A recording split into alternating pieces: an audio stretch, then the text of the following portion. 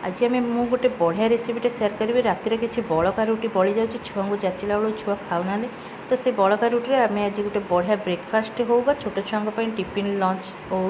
तो बनई पार खावाई बहुत ही भल हेल्दी भी मध्य। तो चलते मुझे रेसिपीटा स्टार्ट करने पूर्व आपण मानू कहि जदि मो चैनल आप नुआ अच्छा तो सब्सक्राइब करेंगे लाइक करने को बिल्कुल भूलें। तो प्रथम मुझे आलू को सीझे रखी नहीं गोटे बाउल देदेली से कटा कंचा लंका कटा पिज ता सहित कटा चुन चुन कर टमाटो गोटे देदेची ये स्वाद अनुसार लुण गोलमरिच गुंड देकी भल से एमती चकटा चकटी कर तो तार हेटा स्टफिंग बनईकी साइड कर नेली एपटे बैटर ये गोटे जगार ये देदेची 2 चामच बेसन ता सहित चाउल गुंड ता सहित कॉर्नफ्लोर दे जीरा गुंड लंका गुंड हल्दी गुंड स्वाद अनुसार लुण देकी अल्प अल्प पानी देकी बैटर टी रेडी कर बेसी पानी करवानी बेसी मोटा करवानी ता भीतर बैटरटा रेडी कर साइड कला भीतर रोटी की प्रथम छुरी साहाଯ୍य एमती चारिपट चारि चारि कोणिया सब कटा हो गला